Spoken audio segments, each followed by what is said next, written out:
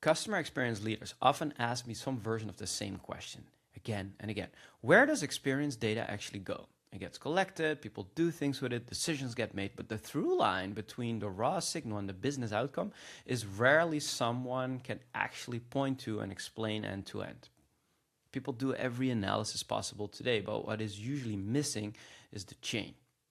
It's not there because the data isn't easy to connect, but there is a way, and that's what I want to talk about today. And we should think about it as the data lifecycle, right? And it's a framework I use to describe the 4 stages that experience data has to move through before it actually produces a business outcome or it can be related to it. So from left to right, signals, context, intelligence, impact. And we're going to talk about all 4 today. I find it useful for 2 reasons. The first is that it shows you how ontology, like the structured definition of what your experience concept mean and how the data relate to each other, fits into your data operations. Not an abstract idea, but as a specific stage with a specific job to do. The second reason is that it gives you a way to have a precise conversation about the investments you're making, whether it's in collecting the data, using the data, delivering the intelligence. Like, there are some nuances to it, and I'll give some examples. Each stage has its own requirements. Knowing which stage you're in and what it takes to move through and how to connect it changes the nature of the decisions that you're making on how to collect it and how to use it and how to work with the different teams. Those are the 2 things I want to talk about today, and I want you to walk away with this. Where does ontology comes together, and what does it take to invest in this really well, and what can you do today? So let's talk about the first stage. It's signals. This is everything your organization captures that tells you something about what customers are experiencing, right? Interviews, service calls, surveys, performance metrics. It's all these like places where you collect the data about people having an experience that you can capture or you're intentional about capturing. It also includes things like support tickets, behavioral data, and reviews, which tend to sit in separate systems and are really hard to bring into a coherent picture. Most organizations have heavily invested in signal capture, and investments keep growing, right? Every new tool promises richer data, but there's a particular type of signal that tends to be undervalued, and that's behavioral data, because what customers actually did, as opposed to what they said or what was recorded about them, is important to bring together, right? Clickstream, session recordings, product telemetry. We're capturing all of that. It's usually treated as like product analytics or digital analytics, but owned by a product team, engineering team, digital team. It rarely makes its way into the customer experience data environment.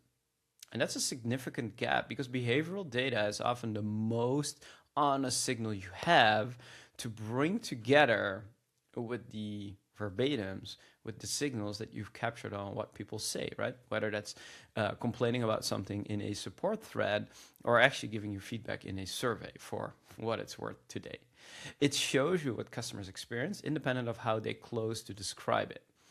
The question at this stage then isn't really like whether you're collecting enough, because typically you do, and it's done in different teams. It's whether the signals you have are being routed somewhere that can be used, and whether the most honest signals are even in the room. Okay, the signal type I see most consistently overweighted is the survey, because that's the easy thing we can collect, right? We've built tools, we've built programs to do surveys and basically collect data. Now, Bill Stakos talks about like the decline of people like even filling in these surveys, right? I assume like 3 to 5% of your entire customer base is even filling in your surveys. And that's like a collection of like standard surveys, like your typical NPS CSAT surveys, to like intentional surveys to do research with a specific problem in mind. This is a problem. I mean, your customers will respond to surveys when they have a big frustration after the experience, or they have an amazing experience. But like everyone else in the middle, they do not like to reply, right? So you'll get to get the extremes, the most frustrated and the most enthusiastic, and everyone else doesn't engage, right? Think about it, what it means in practice. If Netflix would send you an email today asking you how likely are you to recommend them to others, what would you do? Probably nothing. You're not angry enough to bother, and you're not excited enough to do it either, right? Netflix is just part of the vernacular. But it was very different when they came to market, when no one had streaming in their homes, right? When you were having that as the first one in your family, you would be raving about it because it changed your experience. So the signal that the survey would capture, had you responded today, would be like a shrug, right? The signal doesn't really capture how you're feeling about it. If you're still a loyal customer, you probably wouldn't get it away either. So the 95% of people that don't respond to you tells you almost nothing about what's actually happening in the experience. That doesn't mean that surveys have no value. It means that their value is specific and limited. And enterprises often treat them as the primary signal when they're actually just like one of the narrower ones you should consider.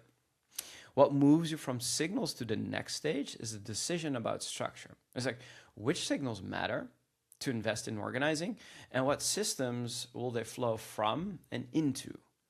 And again, surveys is just one of the signals that you're capturing. There's so much more to it. When we think about the signals we're capturing, right, from the analytics, almost like from the telemetry on our behavioral analytics, on our product performance, on our business performance, but as well as the signals we're capturing from our customer experience through surveys, through direct interviews with our customers, through primary research, but also through analyzing our support tickets or the calls that we're getting inbound that are recorded.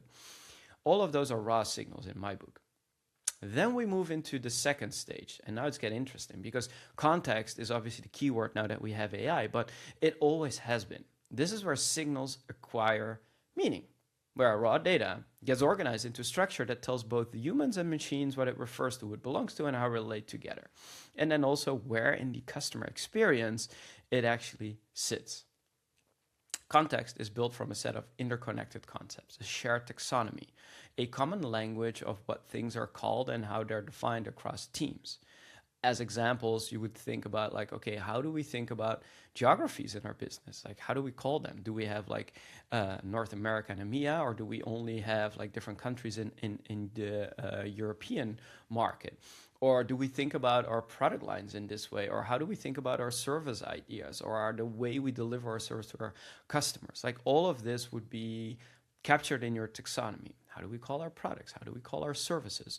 That's something that defines you as a business and helps your teams to stay unified. Like we have a common language.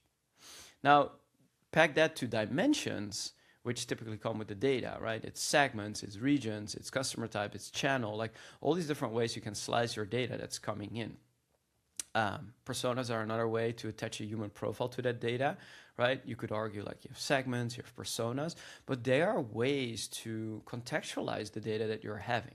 But now it gets interesting because once you add journeys, the customer journey, the end-to-end arc, all of a sudden you can give all those signals a location, phases and steps within those journeys, and then having like an end-to-end experience as a taxonomy element, and then bringing it down to the actual experiences, the customer journeys that happen inside them.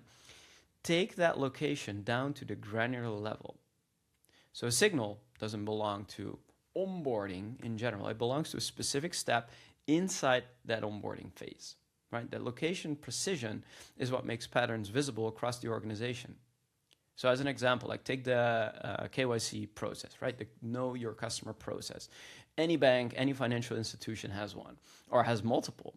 It runs when a customer opens a current account, and again, when they apply for a mortgage or a loan. Even in each of these product teams handling that independently, the bank ends up solving the same problem 3 times without realizing it, right? What is missing usually is like a context layer that recognizes KYC as a recurring pattern at different coordinates across multiple journeys. Now, the way you build that KYC process, whether you build it yourself or use a third party, is one thing, but collecting signals is not that you're collecting it on the KYC experience. No, you're collecting signals on people applying for a mortgage as the first interaction with your bank. But you're also doing that for people that already are banking with you and then apply for a mortgage, right? And that has a different nuance to it. So ultimately, when you're changing things in the experience, the impact can be ultimately attributed to the pattern that are inside these experiences, not just as an isolated instance and say, oh, we try to improve the KYC process. But let me get to that in a second. I'm getting ahead of myself, right? So this is actually what an ontology does in practice. It's the formal structure that defines how the data relates, what your experience concepts are, and how they relate to each other, and where these signals belong. Building context is building your ontology. Now, I want to be clear about something. This stage sounds more traceable than it is. Getting a taxonomy agreed across a large enterprise is really hard. Not because the concepts are complicated, but because different teams in different regions have built their own operations around different definitions, right? A customer experience team definition of onboarding has been embedded in dashboards, reporting processes, and the team's KPIs. Asking them to accept a shared definition isn't necessarily a data problem, it's a change management problem, right? The technical work of building a context layer is usually faster than the organizational work of getting people to use it consistently. Okay, technology can help, but it's also you as an organization setting that intention to do it correctly. And we have to, because now with AI, we're finding that the best quality we're getting runs on the best data and the best data structures. So therefore, what we need to invest in is a shared data structure that underpins all of this. We just can't live without like siloed operations and siloed data structures and siloed taxonomies and siloed ontologies in all these different parts of our businesses for AI to be useful. And now that problem is just magnified because it has been solved by people doing a lot of meetings and going to each other to agree on and align on things. But now that we're running AI on top of that, we can't just have them fabricate meaning from it. We need to be intentional about it. So what I found is that agreeing in theory is completely different from agreeing in practice. Shared context, a customer journey as a decision-making tool, all of this makes perfect sense until you put it in front of a team whose incentives point elsewhere. So if your goal as a team is to improve a specific conversion rate, right? Just like let me generalize. You'll engage seriously with anything that helps you improve that conversion rate. But if the journey data model surfaces opportunities that fall outside what you're optimizing for, even if the data is sound and even if it indicates like the big problem, you're likely not going to prioritize it. Not because you're being obstructive, but your incentives are pointing somewhere else. And that's the pattern I see most often, right? It's rarely one team that blocks this. It's that each team engages selectively based on what the model tells them and how that's relevant to their own targets. The context layer becomes genuinely shared only when the incentive structures across teams are aligned enough so that all of them have something to gain from the same picture. Okay, and that's, again, an organizational design question as much as a data question. And it's one worth taking seriously before you start doing the technical work, right? The other thing worth naming is that context isn't built once and then maintained forever. Customer journeys, they change as products evolve and also as customer needs evolve. And how they're buying things is evolving very quickly right now. How they're doing research is quickly changing now with AI becoming like the natural language interface to start your search and maybe like find the product. So customer segments emerge, customer needs emerge, regulatory requirements shift. Like this context layer needs active ownership, stewardship. And in most enterprises, that ownership is distributed across multiple stakeholders and multiple teams, and more different people have different incentives, and it's always more than people initially expect. Here's something that I find useful, to think about it in layers. So the first layer would be data source owners, the people who collect specific feedback or manage the pipelines, tracking particular events and metrics and making sure it's available to people building dashboards. They're responsible for keeping the signals flowing and accurate. Okay, so that's the first layer. Second one, curation. People typically sitting in the customer experience functions and data engineering have a job to review what the model is surfacing, right? They need to validate it and keep it current. It's a full-time job.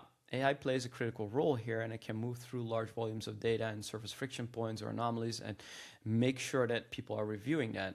But there are still people that need to make the judgment calls on what's signal and what's noise. The third layer is data governance. to understand permissions and access, what typically sits in IT and which determines who can see what data across which systems. This matters more than it might seem because the context model doesn't live in one tool. The permissions that govern it need to be consistent across all these different platforms that touch it. What it means in practice is that the context layer has multiple owners at different levels, right? There's not a single person responsible for everything, or just like a handful of people responsible for all of it. What this means in practice is that the context layer has multiple roles, multiple people at different levels. Not a single person responsible for everything, but it naturally brings these different stakeholders and these different people with these different roles together, because all of a sudden we are uniting around the customer experience and not necessarily how our business is designed. What moves you from context to the next stage is binding, right? It's attaching the actual data sources, the signals that you've captured, to the context that you've built and the structure that you've created, that make sure that everything from your survey responses, your ticketing system, your BI layer, all land in the right location in the same model. So binding as an idea is where the ontology stops being like a design artifact and actually becomes like a system. The third stage is intelligence. Once signals are grounded in context, you can start generating outputs that are genuinely analytical rather than like descriptive. And that distinction matters because descriptive outputs tell you what happened, and then analytical outputs on top of this model tell you what it means and where to act. And I think like that's a big distinction. Now you can argue like, oh yeah, sure, but I just throw all these things into my general LLM, my GPT, my Claude, and it will just produce an answer. That's great, but that means that you have done all the curation, all the correct curation, finding the relevant data that already belong to each other, that say something about something, and then putting it in an LLM. Great for a project, great to do it one-off, but it's like, that's not really using AI, is it? It's just dumping in something that you already know belongs to each other and then, analyzing that.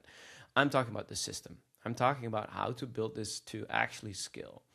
So what is an example of intelligence? And I think that is opportunity scoring, where what changes defines how that opportunity is changing. So let's say when you know the pain point in a specific experience, when there are structured objects like building blocks attached to specific journey locations with evidence weights, volume, and then also specific metrics that tell you about the business impact, all of a sudden you can create and rank where to invest across the entire portfolio of experiences, the entire journey framework, right? Your onboarding seems to have the most complaints this quarter, is not necessarily something you can act on. But this is the friction that we're seeing. Here it's appearing across these journeys, and then therefore the cost of inaction is expressed in an increase in service volume, which translates to cost in your call center, that if you don't leave it, or if you leave it unresolved, you will be seeing like this piece of cost. This is a simple example that's fundamentally different than saying, hey, we need to fix things in the onboarding. Because then your product managers will go, yeah, sure, but we have other priorities, so, leave it, go away. Journey health is the output that I find particularly valuable if I take another one. And it tends to be underappreciated, right? Because when you think about these location primitives expressed in a customer journey model, then what you're getting is all these different signals, all these different data sources with different setups, with different structures, with different meaning, brought together in the same way, give you all these different signals. Now, together, they say something about the health of an experience. And again, that's gentle reminder, like a journey is an abstraction tool to get all this complexity in a place that you can actually understand, that you can give to an AI that actually helps you reason over that. It's not the actual reality itself, but it gets darn close to it. Okay? So it's the operational picture of which journeys are current. And when you are thinking about journey health, you can understand like open pain points without supporting evidence that have solutions on the roadmap are not really important. But when they do, the discussion changes. Most organizations run like point-in-time analysis, right? A research sprint, a journey mapping workshop, or like a design sprint when they were fashionable. And then the output sits in a repository until the next sprint. Journey health makes that data system something you can actually govern continuously and help you like surface with all that complexity what needs acting now. I'll give you an example. Like one of the bigger manufacturing companies in the Nordics, like they are making water systems, they were working through this challenge, okay? And what they identified was that each journey, whether it was like focused on partner relations, client relations, customer relations, like all these journeys belong to their data model, but it's really hard to prioritize. But what they were finding was that they have different types of data and each has its own criteria for being healthy. Right? How many new signals have been captured recently driving up like a specific pain point? Whether the metrics attached to that experience were on target, below target, how fresh that data was, and how much the journey itself has changed because different teams created solutions, policy changes, changes in the way they handle customer relations. So all of these had different ways of understanding what has changed. So what they did is they built a scoring model against those criteria and then let an AI agent, run across all their journeys automatically, producing a simple RAG score, red, amber, green score for each one. So depending on the inputs, every journey that changes color becomes a flag, right? I mean, something that went from amber to green is great, but you still want to know why. But everything that went from green to amber or worse to red is definitely something to investigate. And then digging deeper, it's like, what's going on? Oh, well, we didn't have any new signals captured while we actually shipped the solution, or like the metric dropped below a certain threshold. Do we have additional understanding of why that might be the case? So now that that report is there, it can run continuously and it can track journey health month over month and see the direction of travel and dig into the details as journeys that are deteriorating or like actually recovering. So that's what I find fascinating, because it's the difference between a one-time analysis and actually like an operating system that helps different teams see things from the same perspective. What moves you from intelligence to impact is actually like organizational commitment. A team or a leader taking a prioritized output and making a resourcing decision based on that. Sounds straightforward, but it's a lot of problems. And in a lot of organizations, like this is where it actually stalls, the process itself, the whole cycle, the data life cycle. The intelligence definitely exists. Prioritization is clear, but still without someone acting on that and a clear driver for it, an owner for it, and a clear process of acting on it, the output sits in the same repository, right? And then we are back to square one. So the final stage is impact. And now we're getting there, because this is where the work of the previous 3 stages actually registers as a business outcome. And everyone in CX is talking about, oh, we want to go from insight to impact. But as you can hear, there's much more nuance to it.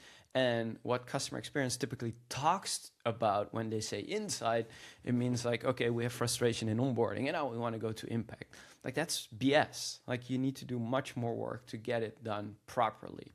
Okay, so cost to serve. Customer satisfaction increases, customer retention improves, we're seeing more revenue from something, our time to market has decreased. Like these are real business metrics that companies care about, okay? But it's at the end. So cost to serve and satisfaction tend to be the most immediate levers because the traceability is simple. It's the clearest, especially in this model, right? When you attach a cluster of pain points to a specific journey generating disproportionate service volume, the line between like the experience problem and the cost outcome is easy to demonstrate. So that's a great place to start if you want to experiment with setting this up. And it's a different quality of a conversation with like your CEO. You're not making a case of why CX investment matters in general, but you're just showing a specific mechanism with a specific cost attached and saying like, hey, this is a way we think about it and how we can solve it. So the broader outcome follow as the context layer matures, right? But the thing I think is most important to understand about impact is that it isn't the end of the life cycle. It's also a feedback point. It's not like this is the end goal, because things change all the time. Customer needs change all the time, right? But when you see which outcome moves and which didn't, that should inform you also, like way back when, what signals that you actually prioritize collecting, or you're missing, or you need more of. And a cost serve reduction, for example, in one journey raises the question of where the next highest impact friction is sitting. So once you have the system in place, you can start to play with it and start to understand like correlation, and you can start to understand like true impact from the actions you're taking earlier on by collecting the data, turning it into context, and then actually like delivering specific intelligence to teams or giving them tools to run their own agents on top of this system. Impact should feed back into the signals, and the life cycle continues. So that's why I'm thinking of it as a life cycle. I mean, it's easy to depict it as like the stages here of the life cycle, but it's like a model. It's continuous.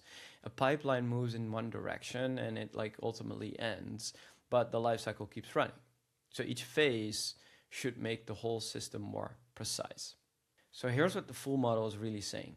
Signals give you coverage, context give you signals, meaning location, intelligence turns that structured context into decisions, and decisions lead to impact. And then, of course, the impact leads to different signals. And again, the life cycle continues. The organizational reality is that most enterprises are somewhere in the middle of all of this when they start paying attention to it. They have signals, they have structure, they're making impact, they're trying to analyze it. They have partial context in some teams and none in others. So they have intelligent tooling that's sitting on an unstructured foundation. It's sitting on quicksand, it's hit and miss. So the question isn't how to build this from scratch. The question is really like where the weakest link in this system that we're having is, what we can do to strengthen it so that ultimately you're leveling this up.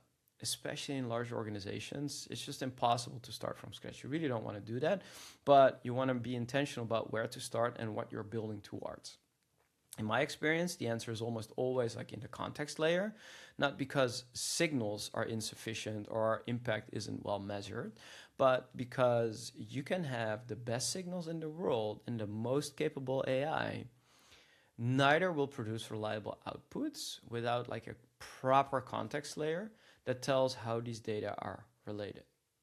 And that investment is the case for context. It's also the hardest one to make internally because the first thing it produces is not a quick output that everyone loves, right? It's like hardcore work. You can build a taxonomy, you can structure your journeys, you can build your data sources into it. None of that produces like a dashboard and a report that you can show to your leadership next week. What it produces is the foundation that makes every subsequent piece of intelligence trustworthy, traceable. And that's a harder sell, but it's worth being honest about when you are making it, right? It doesn't hurt to be intentional about like, this is the first stage, and then the second stage will be using it and putting it in practice.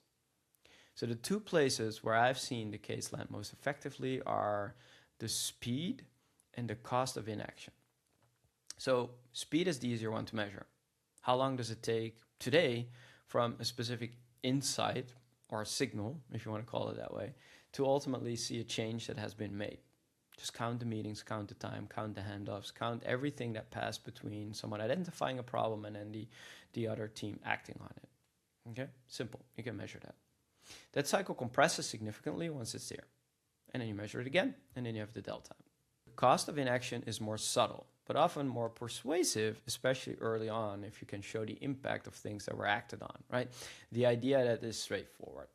Look at the recommendations that your intelligence layer has produced. Identify the ones that weren't acted on and add up the business case attached to them. Make sure that you can express it in business terms and customer outcomes and bring together and say like, and therefore this is priority over the other things because they are worth less to us. If a recommendation says fixing this friction point would likely reduce service volume by X and generate Y in cost savings, you're doing great. And if it wasn't acted on, then you also have the cost of inaction that you can quantify. And across a portfolio of unactioned recommendations, that number tends to get people's attention. I had JD Buckley from Synchrony do exactly that. She expresses the cost of inaction to people, and that is growing as she collects more data and her system becomes more robust. And that makes something visible than something invisible because we are actually building a system. We're not doing one-off projects. We're actually feeding the model and feeding back the data we're getting. What does your current data lifecycle look like? Like, I'm really curious to hear, especially about the context stage, where you have a taxonomy that's genuinely shared across teams or whether that's still a work in progress. And how do you think about bringing this together? Like, I've seen many organizations start left and right, and I've seen great, and I've seen like the best ones also fail. So let me know in the comments. I'm really excited to work on this problem now that we have a need, a real pressing need, now that we're building AI solutions on top of this data model. So the data foundation is more important than ever. Let me know in the comments.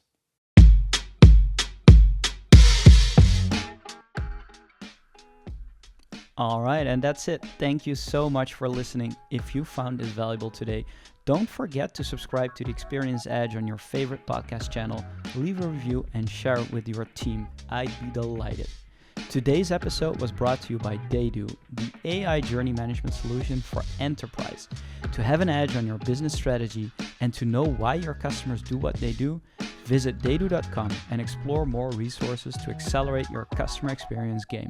And remember, the journey to creating customer-centric impact never ends, and here's always a new edge to discover in doing things differently. Next week, new episode. Until then, keep pushing the edge and stay inspired. See you in the next episode.